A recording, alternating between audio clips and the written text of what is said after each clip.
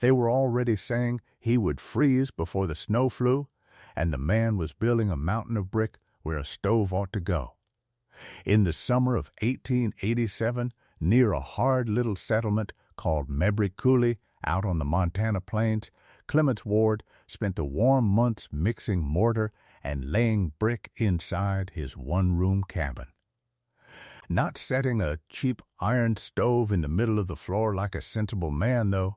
He raised a great squat mass of brick in the corner, huge and dense and heavy, and then he did the thing that turned the nods to laughter. He ran the stove smoke-flue not straight up and out the way any stovepipe goes, but back and forth, winding. Through the body of a long raised brick bench he laid along the wall to sleep upon, so that the hot smoke of one small fire would wander the whole length of that brick before it ever reached the sky. The whole settlement laughed. Winter was coming the way it always came to that country, mean and early and long, and every other homesteader for 20 miles had set an honest sheet-iron cabin stove in the middle of his floor and stacked a great woodpile beside it, and here was Clemence Ward laying brick like a man building a church, wasting a whole summer and a wagon-load of good brick where a $2 stove would do. He would freeze in the shade of his own brick tomb by the first hard blow, they said. A broke bricklayer, too proud or too addled to buy an honest stove. What none of them knew, and what the killing winter would teach them, was that Clemence Ward had read the cold in the brick better than any man in Mabry Coulee, and had laid into that great mass the one fire that would keep on giving heat long after it went out. He had come to that country carrying more grief than goods. He had been a mason and a brick kiln man back in the settled country to the east, a broad, close-mouthed man who had spent his working life among brick and mortar and the roaring heat of a firing kiln, and who knew how a great mass of fired clay drinks in heat and holds it the way another man knows leather or iron. He had laid brick for the town those long years. Chimneys and ovens and the walls of good houses, and lived quiet with his wife, and the winter before, a bad fever had taken her in a single hard week while the snow lay deep and no doctor could get through. Something in Clemence Ward went quiet after that and did not come loud again. He loaded a wagon with what was left him, his trowels and his tools and a good team, and went west,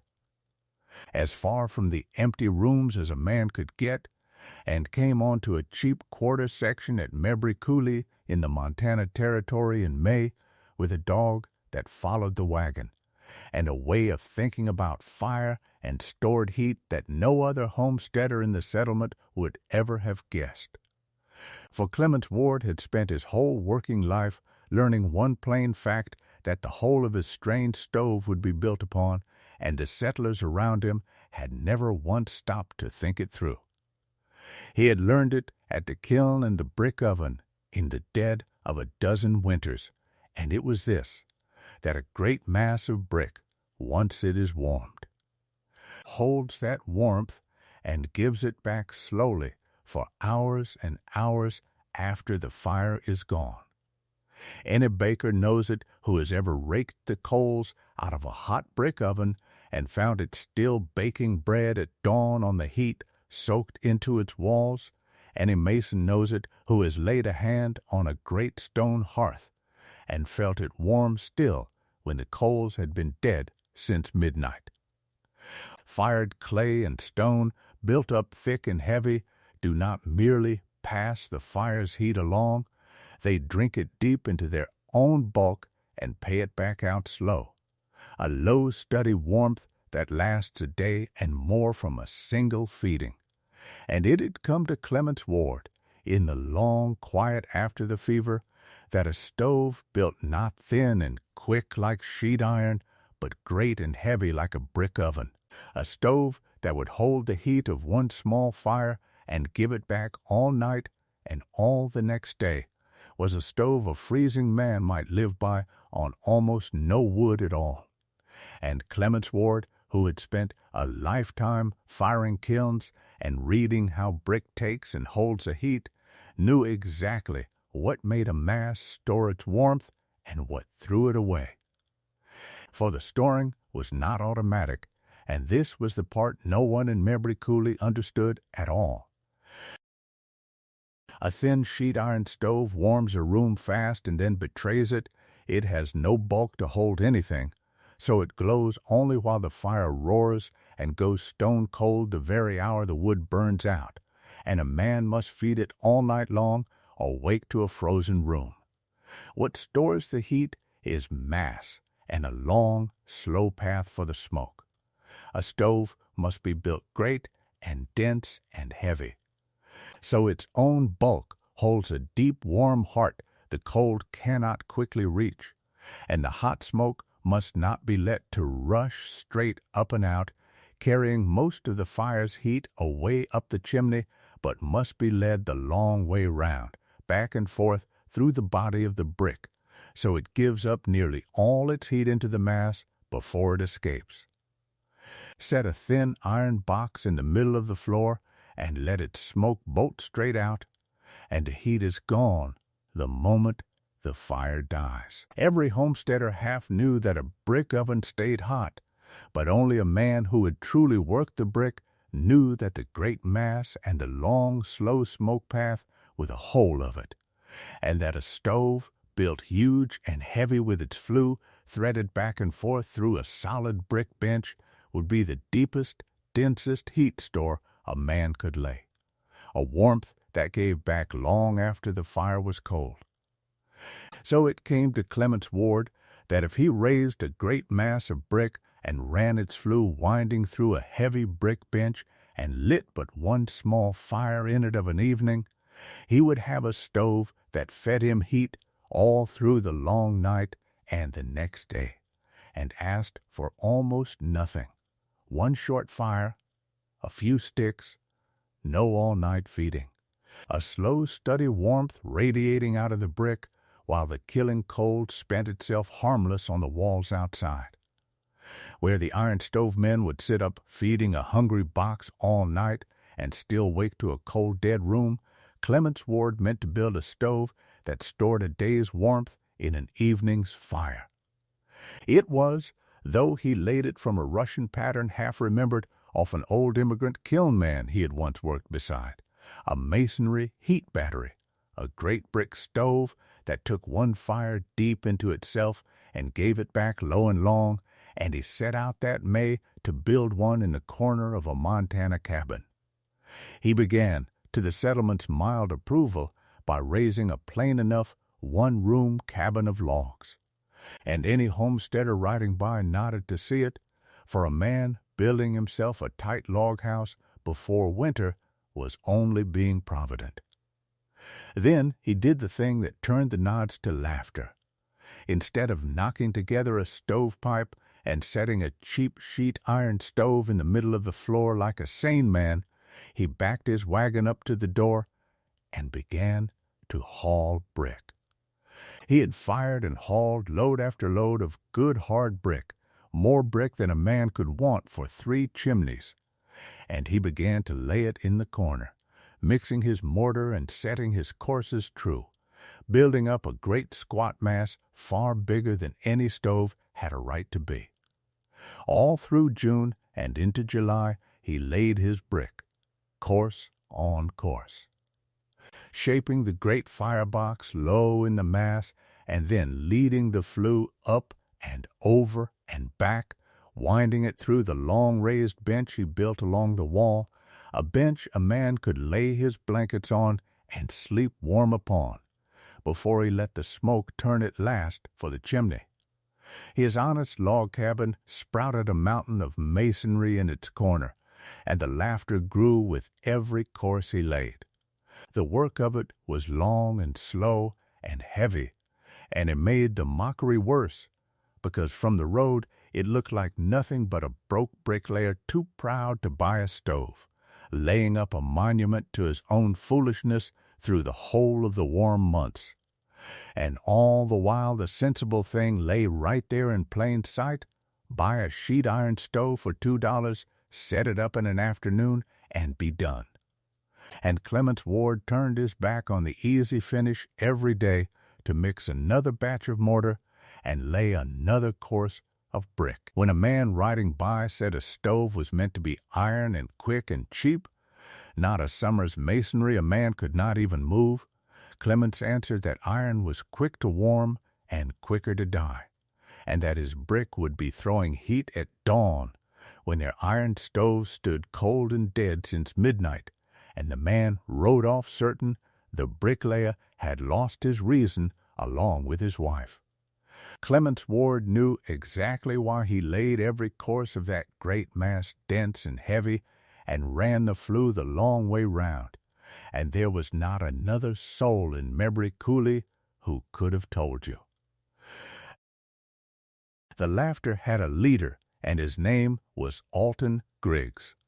Griggs was a cattle rancher grown prosperous, a big, loud, broad-handed man who ran the most stock of anyone near the Coulee, held the big frame house up on the bench land, and liked everyone to know that a man got on in this world by doing the plain thing well and not throwing good money and good months after fool notions. He had watched Clemence Ward raise an honest log cabin and grunted his approval. Then he had watched the man spend a whole summer walling up a mountain of brick where a stove should stand, and something in Alton Griggs took it as a personal affront, as if the broke bricklayer were making a mock of honest homesteading itself. So Griggs led the laughter, and he did it with a cattleman's carrying voice. He would stand at his big frame house and look off toward Ward's place and remark that he was a man so addled and so poor he had laid himself up a brick tomb and called it a stove, that Ward had wasted a summer and a wagonload of brick to build a cold pile that would only drink the warmth out of a room, that a great mass of cold masonry would keep a man from freezing about as well as a stone in his bed, and the men would laugh, and Griggs would say the good Lord gave a man iron and firewood to keep warm by, not a summer of mortar and a monument he could not so much as shove aside. It went around the country. Clemence Ward, the man with the brick fool's furnace, too proud or too addled to buy an honest stove, who had built a cold brick tomb and would freeze in the shade of it come the first hard blow. Clemence let them talk, because a laughing settlement is a settlement that leaves a man alone to work, and the work was long. When his great mass was laid and his flue wound true through the brick bench, he turned to the parts that no one watching understood at all,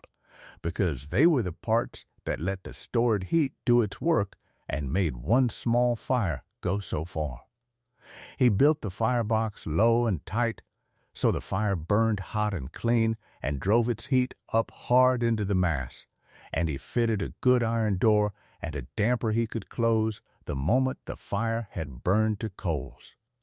so that when the fire was spent he could shut the flue and trap all that gathered heat inside the brick instead of letting it drift away up the cold chimney overnight. He laid the winding flue with care so it gave up its heat along every foot of brick and still drew clean and true, for a flue wound too tight will not draw and will smoke a man out of his own house. He set his blankets on the long brick bench where the warm flue ran beneath, so he would sleep the night through on stored heat, and stacked beside the firebox only a modest rank of firewood, nothing like the great cords the other men were splitting. The men who watched him fuss over a damper and a winding flue in a mountain of brick were sure now that grief had finished what the fever began. Alton Griggs told it at the settlement that the bricklayer had walled himself up a cold tomb and would freeze in it come winter, and folks rode past on Sundays just to look at the queer cabin where a fool had built a brick mountain instead of buying a stove. What they were looking at and could not see was the finest part of the whole design. Every sheet iron stove in that country would roar hot of an evening and stand stone cold by the small hours, and its owner would either sit up feeding it all night or wake to a frozen room and build the fire from dead ashes with fingers that would barely close. Clemence Ward's masonry stove would do none of it. The great brick mass would drink one small evening fire deep into itself and radiate that stored warmth back low and steady all through the long night and well into the next day, the closed damper holding the gathered heat in, the warm brick bench holding it beneath a sleeping man. He had built a stove that banked a day's heat in an evening's fire and gave it back while he slept, and left the winter nothing to freeze but the logs of the wall. It was as complete a piece of cold country reasoning as the territory had ever seen laid up in brick, and the whole of Mabry Coulee rode past on Sundays to laugh at it. By the middle of November, the country began to turn hard, and Clemence Ward got his first real proof, though he was near the only man who marked it. A savage cold snap came down off the plains one night, the first true one of the season, the temperature falling away to well below zero, and the wind out of the north driving the frost deep into everything it could reach. In the gray of the morning, the homesteaders up and down the coulee woke to misery. Their sheet iron stoves, fed till midnight, had burned out in the small hours and gone dead cold, and the frost had come into the rooms behind them and stripped the warmth clean away, so their cabins were bitter though the fire had roared the evening before, and every family rose shivering to build the fire back up from cold ashes with fingers that would barely close.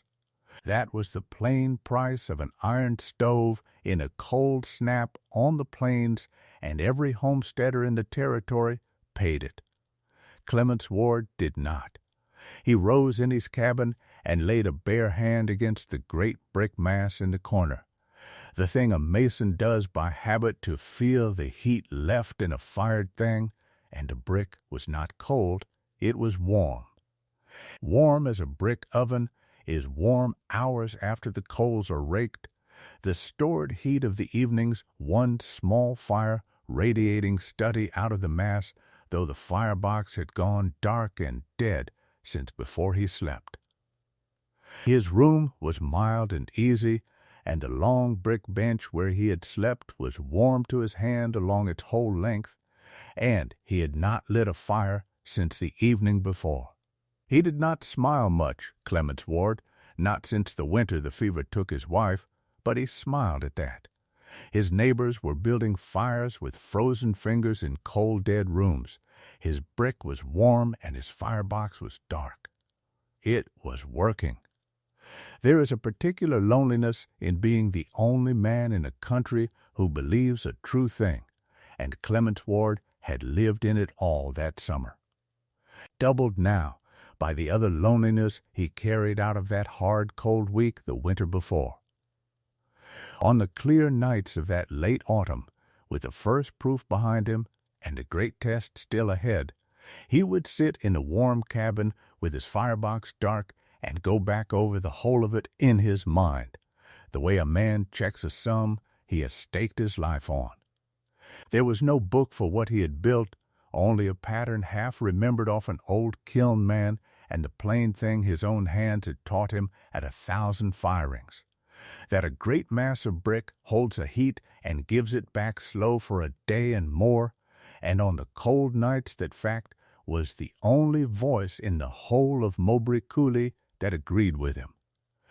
Everyone he could speak to believed the loud and obvious thing, that a man keeps warm by an iron stove and a roaring fire kept fed. The quiet thing about the heat banked in the mass and given back long after the fire was gone, only he believed, and he had decided long before which of the two he would trust when they disagreed, and he trusted it now,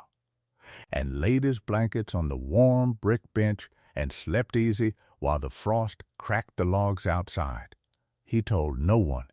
for there was no one who would have believed him, and besides, Clemence Ward did not need the settlement to agree before a thing was true. He built a tight lean-to against the cabin wall for his team, kept close by him the shaggy dog that had followed his wagon west, and settled in to wait for the winter he had spent 6 months getting ready for. The Coulee settled in too, its woodpiles high, its opinion of Clemence Ward fixed.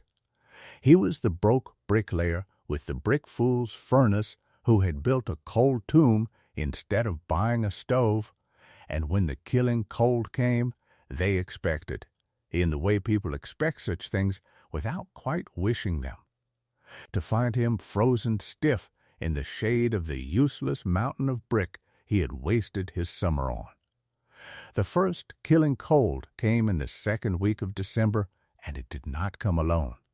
It came as the front edge of the worst winter that country had seen in the memory of anyone living in it. A winter men in Montana would still be measuring other winters against 40 years on. It began with a wind out of the northwest that dropped the temperature 50 degrees between noon and dark, and then it began to snow, and the snow did not stop. For 9 days the blizzard held the territory in its fist. The wind blew without pause, packing the snow into drifts that swallowed fences and buried the low sheds and cut Mabry Coulee off from everything but its own hard endurance. And cattle drifted before the wind and died against the drift lines by the score. The thermometer nailed to the wall of the settlement store, which the storekeeper watched with a kind of horror, fell and did not come back. It passed 20 below, it passed 30 below, it passed 40, and then 50. On the 6th day of the storm, in the blue dark of a morning when the wind seemed to reach down into the marrow of the world, the storekeeper wiped the frost from the glass and read it at 58 degrees below zero, and he had never in his life seen it there, and he did not tell the few who were about because he did not think a number like that would help anyone bear it. 58 below. At such a cold, the ordinary rules of a frontier winter stopped applying, and a new and merciless arithmetic took over. Breath froze in a man's beard the instant it left him. Dry wood burned with a thin, hurrying flame that seemed to give no heat at all against a cold that vast. The homesteaders of Mabry Coulee, who had set their honest sheet iron stoves in the middle of their floors like sensible people, found now what sensible people found in a winter like that one, that a thin iron stove at 58 below had to be fed without a single pause, or the cold took the room back in half an hour. For the frost drove straight through the log walls and stripped a room cold no matter how the iron roared. They kept their fires roaring and wore their coats indoors and sat up in shifts to feed the stove through the night, and they watched their great woodpiles shrink with a growing private fear, and the storm did not stop, and the thermometer did not rise, and the wood burned down. In the cabin with the mountain of brick, the queer brick fool's furnace the whole country had laughed at, Clemence Ward was warm. He was not roasting, the low room was not hot, but it was warm, steadily and quietly and unmistakably warm, and it stayed warm through the first day of the storm, and a second, and a third. And he lit but one small fire in the great stove each evening, and let it burn down, and shut the damper, and slept. For the great brick mass was doing precisely the work he had built it to do, drinking each short fire deep into its bulk, and then radiating that stored heat back low and steady all through the long night and the next day, while the closed damper held the gathered warmth in against the frost that gripped the walls outside. The frost that stripped the iron stove cabins of their heat the moment the fire died, could find no fire of Clemence's to kill, for his warmth came radiating slow out of a great mass of warm brick that one small fire a day kept charged, a stored heat the winter could not reach into and freeze. The storm gave him no reason to trust it and every reason to doubt, and still the warm brick held. The wind found the open plain and threw itself at the log walls without pause, a solid pouring roar that went on so long the ear stopped hearing it a sound, and the snow packed a thick white bank up the north wall that only helped to hold the warmth in. Clemence Ward went out twice a day into that killing white to see to his team and break the drift back from the door. And each time the cold took the breath out of him like a blow and drove him back in within minutes, and each time he came back to a room that was simply, quietly warm, the great brick mass holding the heat as steadily on the 6th day as it had on the 1st. He fed the firebox its one short fire at dusk, a few sticks burned hot and quick, and shut the damper down on the coals. And the brick did the true work. He lay down at night with the dog on the warm brick bench and the storm screaming over the roof, and he was warm, and the cold could not get at the warmth banked in the brick, and day after day the stored heat did not fail. He had a thermometer of his own, a small one he had carried out of the settled country and hung by the door. And on the 6th morning of the storm, the morning the store glass read 58 below, Clemence Ward rose off the warm brick bench in the blue dark and looked at it. The needle inside his cabin stood at 43 degrees above zero. 43. Not warm as a summer parlor is warm, but warm as a good brick oven is warm the morning after, warm enough that his hands were sure, and his water stood liquid in the pail, and his dog slept stretched flat along the warm brick with no thought of cold at all, his great stove standing dark and unlit in the corner with its damper shut and not a stick burning in it. 43 degrees inside, against 58 below outside, a gulf of 101 degrees held across log walls, and a great mass of warm brick, with no fire lit at all in the worst blizzard the territory had ever thrown. Clemence Ward stood a while looking at the needle, and then he laid the flat of his bare hand against the great brick mass the way he had that first frosty morning. And the stored heat came up steady into his palm, while astride beyond the log wall the frozen crust of the plain stood at a cold that would kill a man in an hour, and he did not light a fire, and the room was warm, and it was working exactly,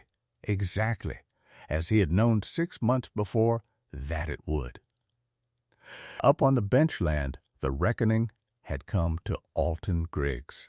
Griggs had cordwood, a great deal of it, and he had burned through the better part in 8 days of trying to hold his big frame house against the cold. For a great drafty house of milled lumber and a hungry iron stove take a great deal of feeding, and on the 9th day, with the storm still howling and the wood run low, and his stove for the first time going gray and cold at its heart between the feedings, the loud, broad-handed man who had led all the laughing understood that he was in real danger, and that the nearest help in that white and screaming world was in the brick fool's cabin he had mocked. It cost him something to go. He waited until the cold in his own big rooms had a killing edge to it, and then he wrapped himself in every hide he owned and put his head down into the wind and fought his way down off the bench land and across the buried flat to the bricklayer's queer cabin, half frozen, not sure the man would even answer, not sure a man could even be alive in a house folks said was mostly cold brick and grief. He beat on the door with a numb fist, and it opened, and warmth rolled out of the low room into the storm like something solid. Griggs stood in the doorway and could not speak at first, And it was not only the cold that stopped his mouth. He stepped down onto the plank floor of Clemence Ward's warm room and felt the heat of it stand steady all around him. A living warmth radiating out of the great brick mass in the corner and the long brick bench along the wall, and he looked for the roaring stove that must be making it, and found instead a great dark stove, standing cold and plainly unlit, its iron door shut, its damper closed, not a flame nor a coal alive in it anywhere. He laid his own numb hand flat on the great brick, and felt the heat come up steady out of the mass, and looked at the dog asleep on the warm brick bench, and at the little thermometer by the door reading 43 degrees, while the world outside stood at 58 below, and Alton Griggs, cattle rancher, owner of the big frame house, leader of all the mockery, understood at last what he had been laughing at all summer long. He was quiet a moment. Then he took off his frozen cap and said the only thing there was to say. "You laid the fire into the brick," he said, slow, "and it kept giving it back." Clemence Ward said that it had. Griggs stood there a while longer with the thawing coming painful into his hands and said, lower, that he had been a fool about the brick and about the man, and had said hard things he had no business saying. Clemence Ward, who had no more gloating in him than he had left of grief to spare, only told him to shut the door and sit by the warm brick and stop letting the heat out. He kept Alton Griggs through the last days of the storm, and two others from the Coulee who came down the buried road behind him, once word of the warm cabin went round, and the small room built to hold one man and a dog held 4 men and the dog besides, and it stayed warm through all of it on almost no wood, because the heat was not in a roaring fire but in the great brick mass that one small fire a day kept charged, and that gave its warmth back low, and steady long after the flame was gone. When the wind finally broke on the 10th day, and the sun came up hard and blinding over a white and ruined country, the men who came out of Clemence Ward's cabin walked out warm and whole into a coulee that had lost cattle and sheds and very nearly some of its people, and they did not laugh about the brick fool's furnace any more. Alton Griggs least of all. He went home to his cold frame house and his burned-out woodpile a changed man. And in the spring, quietly, he came down to the cabin and asked Clemence Ward to show him how the great stove was laid and the flue wound through the brick bench, and Clemence Ward showed him. Word of the warm cabin got around the country the way the laughter once had, only slower and more careful. Men rode over that next summer to see the queer mountain of brick and the low room that had held 43 while the plain stood at 58 below with the stove dark and cold, and Clemence Ward, who had never much minded being laughed at, did not much mind being asked either, and he showed them the great dense firebox, and the flue wound back and forth through the heavy brick bench, and told them the thing he had known since the first brick oven he ever fired, that a great mass of brick holds a heat and gives it back slow for a day and more from a single small fire, and that a stove laid heavy and dense with a long winding flue will beat a thin iron box and a great roaring woodpile besides. A few laid up masonry stoves like his. Most did not, because it was long, slow, heavy work and a wagon load of brick, and most men would rather buy an iron stove for $2 they could set up in an afternoon than spend a summer laying brick they had to take on faith, but the ones who built them blessed them. And the story of the winter of 1887, the winter of 58 below, when the broke bricklayer with the brick fool's furnace stayed warm, and the men who laughed came knocking was told in Mabry Coulee for as long as there was a Mabry Coulee to tell it. They had called him a fool for laying up a mountain of cold brick while wiser men set honest iron stoves and stacked their wood piles high, and in a way the wiser men had looked the wiser. Right up until the cold asked its real question. For a hard winter does not care how bright a stove roars of an evening or how high its woodpile is stacked. It asks only whether the warmth will still be there in the dead black middle of the night when the fire has burned to nothing, and the heat of a thin iron box will not. Clemence Ward had spent a whole summer answering that question before it was ever asked,